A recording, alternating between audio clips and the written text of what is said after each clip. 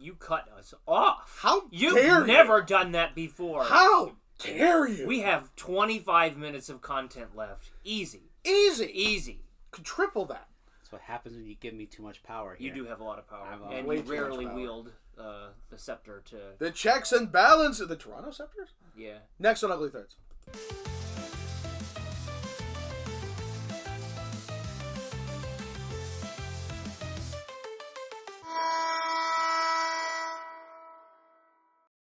All right, well, I'm forcing you to come back for another part 2 of this episode of Jersey News for... I didn't change the slide deck on this. So we're just gonna go right back into it.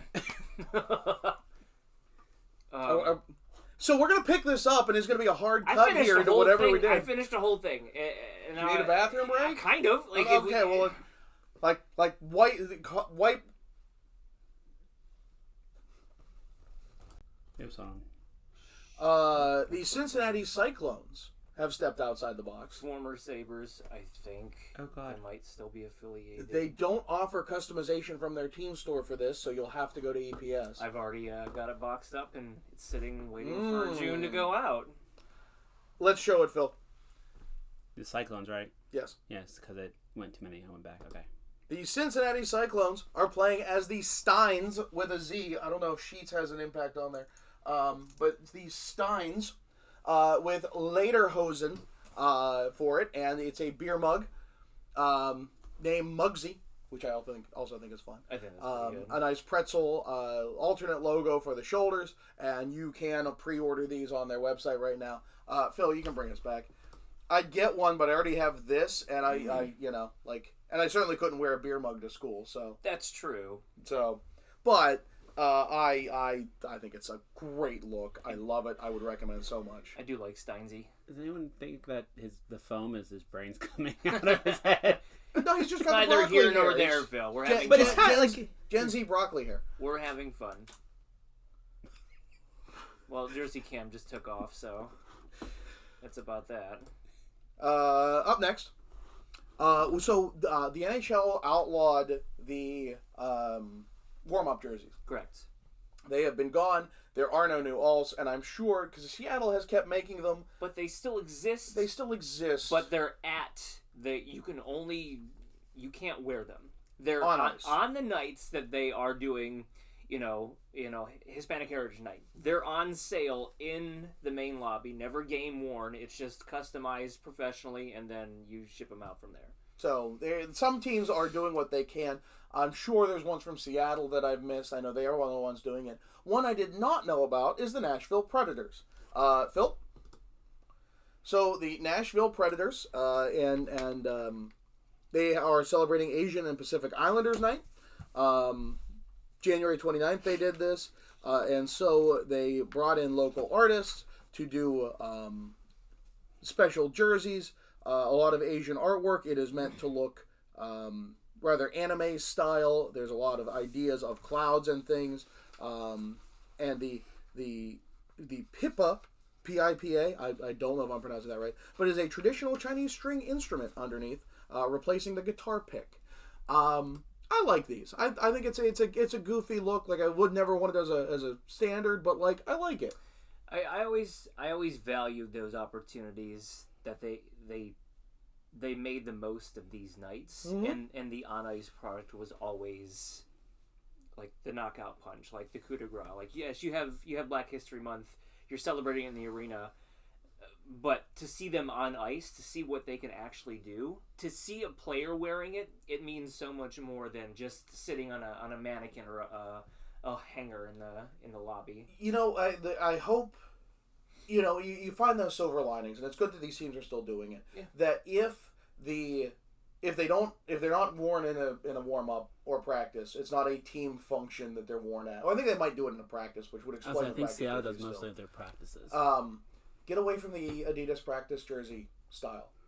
Like why does it have to be a practice jersey? Make a proper jersey for this. Go like the minor leagues. If it's never worn on ice and then warm up, make it look like the game jerseys in whatever colors or designs. Like, let those artists tackle the jersey. And again, I think it'd be cool to keep it in, like, the Predators' main style, but alter it to fit the rest of the theme. Like, I hope they step away from that. And I do have one more slide. that they have been doing this, and I was not aware of Hispanic Heritage Night, Black Music Heritage, I guess, and they're keeping on music, I guess, which Nashville and the Piano Keys. That makes sense. You have to, yeah. There was a Pride Night, and there are upcoming ones for women's history and disabilities that have not yet been revealed. And I can't wait to take a look at those. I think that's things that don't get near enough press, and I think that's cool. Are you done talking now? Yes. Can I try a few? Okay, since you've had all. Do you want my note now? card? I will. No. Oh, I will clearly communicate with you, Phil. So you can take that away. Good. Now you can put up the next slide. See, we have a wonderful working relationship. And he's smiling. He wasn't smiling when you were doing it. Kamloops Blazers are leaning into the Kamloops Chamber of Commerce for their next jersey. So they're going to be the Thompson River Fighting Trout. It rolls off the tongue organically. But the Chamber of Commerce, they have a mascot. It's called Cammy the Fish. And what they're doing is they're doing a one-night Chamber of Commerce game, Thompson River, Fighting Fish. Cammy's going to be on there. It's cartoony. It's not my favorite look, but what I like about it is it all goes to charity. It's all Freshwater Fish Society of BC. So to have something cute like that, like it's fun. It's cheeky. That is fun. I do like the look of the Kamloops Blazers, but this is a good one-off, and I definitely like the hemline striping here. Like it's they're unique colors coming together. Phil, can you go full screen one more time for us? Thank you. Yeah, that does it well. Thank you. He says thank you. Wow. I feel like there was a hint in there for you, but I don't want to jump to conclusions. It hits a little like the Toledo. What's Toledo's? The walleye. Walleye. Yeah. It's walleye color adjacent, but it works. Yeah. It works very well. And It actually, does. that's a solid color scheme. Yeah. Cammy the Fish is a little, I mean, cartoony for me, but anyway, but for a night, it's Yeah. not bad. Let me ask both of you what your emo phase looked like. Oh, are you? Well, What? are we gonna skip the other thing in that town? Because I didn't want to break up your stories. But I figured I'd keep them the same town. Unless you'd like to bump it to the end. Phil can do you that. have one in here? Oh, maybe you should talk. I mean, you can take it. No, I don't know what this is. You don't know what you know what this is. I don't know what this is. You know exactly what No, this I'm is. putting my foot down. All right, Phil. Please Am I going to the actual next slide? Go to the You actual have next to be slide. specific. That's the next slide. the Hartford Wolf Pack celebrated the 50th anniversary of hockey in Hartford. I guess no one ever skated before, was it 1975 in Hartford? And so the Hartford Wolf Pack brought out a set of jerseys that are mimic the old Whalers with gold worked in and 50th shoulder patches. But as you can see, the execution, they did not get Navy pant shells or anything else that matched. They just did the jersey. They just did the jersey, and it's a little disappointing. Like, I was underwhelmed to begin with. Like, it's nice, okay, good thought. Would be better if they just did a straight up one and made it a third jersey for the year, and then they just completely didn't bother in the rest of this. You had me watch that Hartford Whalers documentary on YouTube, and that hit me in the feels. And I have no affiliation with Hartford hockey whatsoever. But to see that story unfold and to see how they ended up in Carolina, and there's still passion there, there's still a booster club for the Hartford Whalers there, like that's cool stuff. And you used to be like, oh, I've been to Hartford and there's nothing there for the team. There's nothing there. There's nothing there at the arena. I asked the security guard as I'm like trying to open the locked door. He said there's a little thing on the wall. He said, but there's no museum. There's nothing. But watching the documentary, it kind of makes sense. Turned it around. Speaking of Hartford, I'm going to go back to my question. What did your emo phases look like? So the closest I got is I just liked wearing a lot of gray and didn't want to be noticed. And then I went hard the opposite way with hockey jerseys. Gotcha. So that was short-lived. Yeah. You? I don't know if I really had one, to be honest. You didn't have like a... He was a Hawthorne Heights? band geek. It's a band geek. Gotcha. Okay. So you didn't Drama have... kid. I mean, usually that's where some of those kids are. But no, I mean, I just... I'm not necessarily advocating for this throwback, but I thought it was interesting. I don't like it. I think it's terrible. But roller coaster. None of us 20 plus years later want to think about what this used to look like. But the Hartford Wolf Pack, Phil, if you don't mind, have decided upon emo night. So all of your Hawthorne Heights and Alkaline Trio and all of those things coming back together in one just awful moment. And I can't necessarily say that I look back on this time with a lot of what's the nicest lack of shame? Yeah, I don't think. Sure you could. Yeah, you can bring it back. I don't think I'm waxing poetic about the way that I dressed and did my hair 20 years ago. It was a simple plan. plan. But here we are. It was a simple plan, a simple time. How could this happen to you? But luckily I don't have any offspring to bestow this upon. That's a segue into the next one. Oh, I'd rather go full screen. The Offspring. Southern California's, probably most well-known punk band of the 90s, and they hit the mainstream, and they did everything, and they're circling back to the Anaheim Ducks. So it's called, the night's called Come Out and Play. They had the Offspring there on hand, and you could actually buy these from the team store. Oh. They were for sale.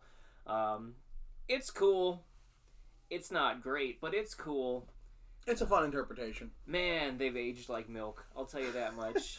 Hard rock will do that to you. But, you think about it, we're talking 92, Don't start 93. Doing that math. Don't start doing that math. That's 30 years ago. Oh, that is 30 years ago. But it's cool. It's cool. I say good on them for kind of keeping it and making it a Southern California thing. Let's do Grand Rapids. I like the AHL. I'm finding myself following AHL hockey a little bit more and more. Nice. Good luck finding the jerseys. The rare, I like these AHL. I know. They're plentiful. The rare fourth jersey. They've got 3 already. This is 4, and there's not a lot of pictures of them. This is the cleanest one that I could find that just doesn't solely focus on the logo. Grand Rapids always had a good look. The Griffin was always a good-looking Griffin. But they've got a 4th jersey now. And it's kind of sharp. It is sharp. I like the red. I like the red wings in the red shoulders, which... but that's a subtle nod to the parent club. Yeah. Yeah. It almost looks beveled, though. If you look in the lower left-hand corner of the picture that isn't in focus, it almost looks like it's popping out at you a little bit. Kind of like that Flyers third. Hard to say, though, without having one on hand to really focus on it. Phil, get on that. I mean, if we did have one on hand in the next 7 to 10 business days, it would be helpful, but I don't know who would do that. I inserted one more. The old Macon Mayhem. Not the Macon Whoopee? Or the Macon Tracks. Okay. Macon, Georgia, with their fun team names. The Macon Mayhem, you want to pull this up, Phil, are playing as the River Monsters, showing that green and green is a great color scheme that never gets used, ever. Sure, you gotta limit what kind of name you put it with. But the same guy who designed the rebranded logo, which you can see how bad that old logo was, they have done a new logo with the Owachi. I should have written it down. Yes, the River Monsters. It's all local. The design on the shoulder is for a local indigenous tribe. I think it's a good look, and I really enjoy the green and green. But you're right, though. Green on green is not a thing. Blue and blue everywhere. Yeah. It blew up in the 2000s. But green and green never used, and I think it should. It does work. It does work. Didn't the Savannah Ghost Pirates do a green jersey? They have a black and white. I thought they had a green one too. They're so neon, and then they're green and black for a lot. I don't know if they've done green and green, but I think there's no reason that green and green can't work as well as blue and blue. Yeah. You just pairing it with something like a River Monster, it works. Sure. It makes sense. Phil, are you trying to buy one of these right now? I was looking to He's see. He's sweating, so yes, he is trying to look for I one. was looking to see what was there. My last one that I'm going to talk about is not necessarily Jersey news, but I'm going to try and insert one of these in each news segment that we do. As I'm going through and trying to figure out my collection and my goal, I have 3 goals going on at the same time. One is to collect all the goaltenders who ever played for the Sabres, whoever dressed for the Sabres. So there's a handful that dressed but never saw ice time. But I am looking for a Michigan Stags jersey. And the cool thing, if you don't know anything about the Michigan Stags, you're probably not alone, because they only existed for half of a season before they got moved to Baltimore and became the Baltimore Blades. And if you're wondering, I've never heard of any of those teams. This is the World Hockey Association, the rival to the NHL that the Oilers and Nordiques and Jets and Whalers got absorbed from. Now, correct me if I'm wrong. The WHA had, maybe in like the mid-'70s, they're gaining a lot of steam as being a good competitive league against the NHL. But they just couldn't sustain the fan base. And case in point, the Michigan Stags couldn't put fans in the seats and only lasted half of a season. So you only saw the Michigan Stags at home a handful of times before they're gone. Mm-hmm. So I'm looking for a jersey. I'm not going to find one. I'm going to have to do like a Royal Retros that does a custom job, which is fine. That doesn't bother me. But since it came up in my eBay algorithm, this popped up the other day. And I know, our watchers tend to have between $25 and $3,000 sitting around to spend on things. So, Phil, if you could pull that up, please. This is a game worn. This is a gamer. This is $2,800 for a gamer. Of the Michigan Stags, which there are not many of these. I can't imagine there are many of these. So much so that both Guy Trottier and Barry Legg shared this jersey. And when I go to the Hockey DB page, there are certain players that wore 3 numbers with the Michigan Stag. Whatever sweater was available that night? Literally whatever was there and clean and ready for them to wear. They had it. And this is kind of cool. What a fun logo. I love the M in the legs. It's cool, but it's you're not really like, your branding is terrible at the end of the day. It feels like it should be a Japanese team. Like, the Japanese prefectures and their city flags and just like how stylized all those logos are.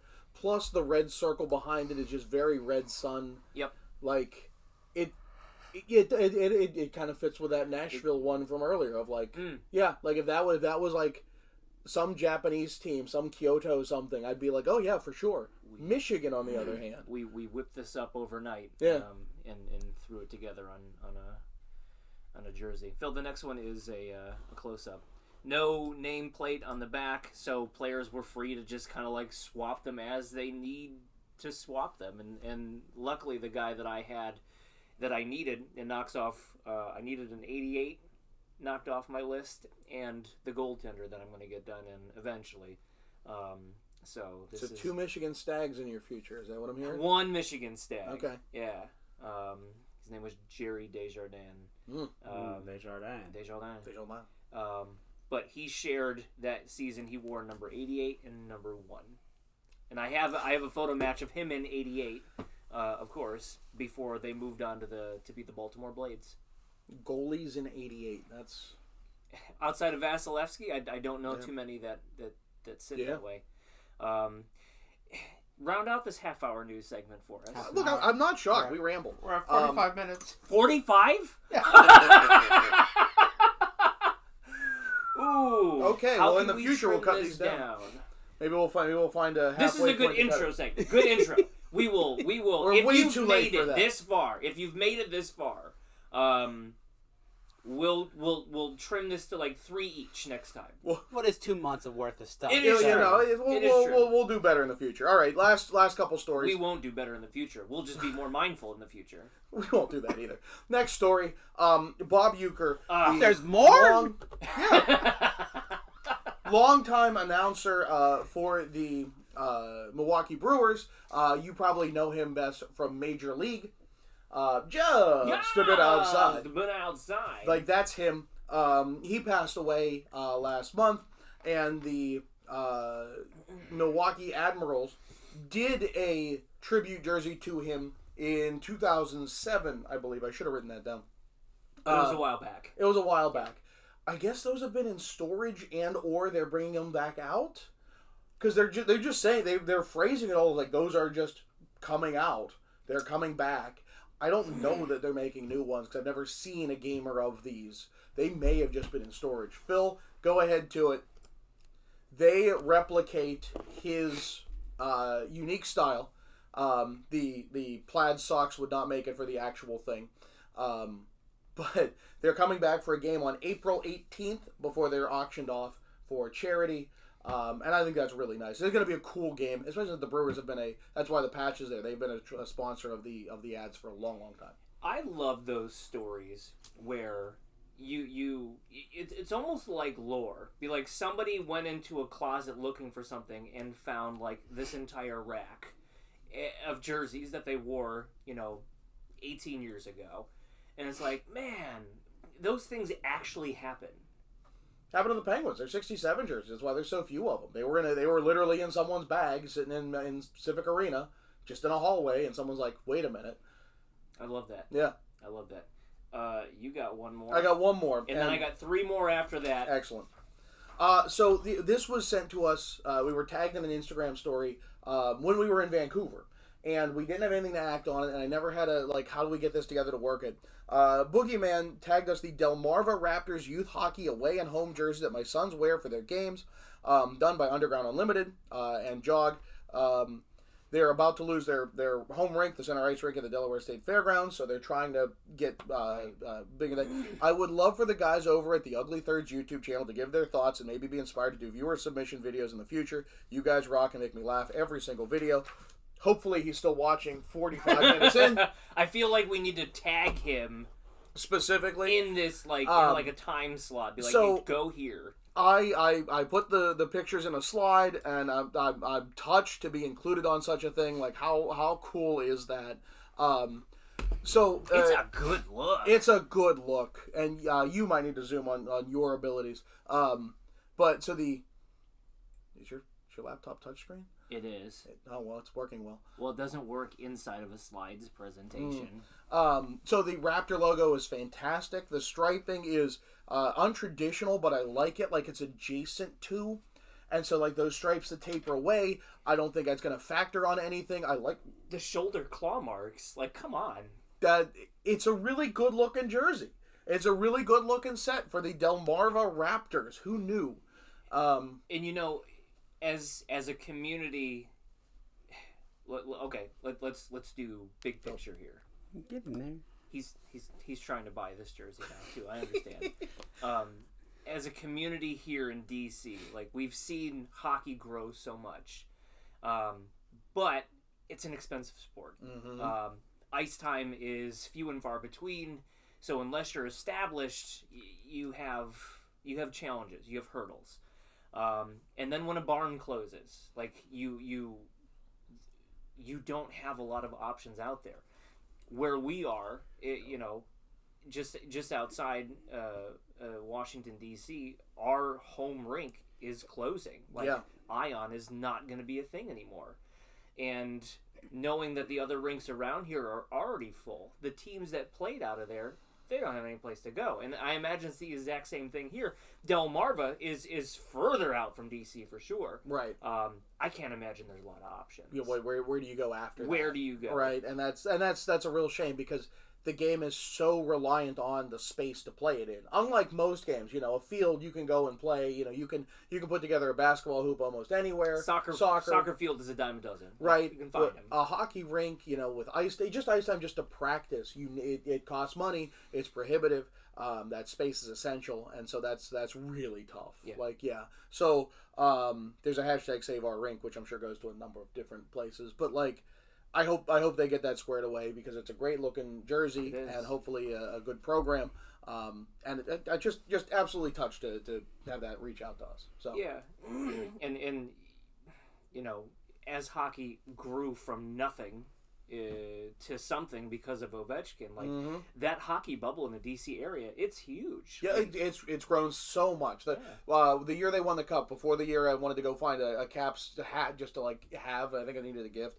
Couldn't find it. In Dick's there was like one rack way in the back. And the end of that season after the cup, it was half of the fan section. Yeah. It's maintained. It's maintained fairly well. Yeah. So good for the area. I wish them all the best. Fight the good fight. Get your rink back.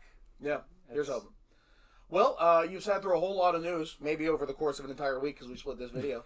And we'll hope to narrow this down a little bit next month. We'll see how we can go. He's Shrems. I'm John. Phil, why don't you take us out? Don't forget to hit that like and subscribe button, ring the bell to get notifications when we post new videos, and come back for another episode of Ugly Thirds. So we're not going to do the 4 more that I had? Or what is... Okay, that's fine.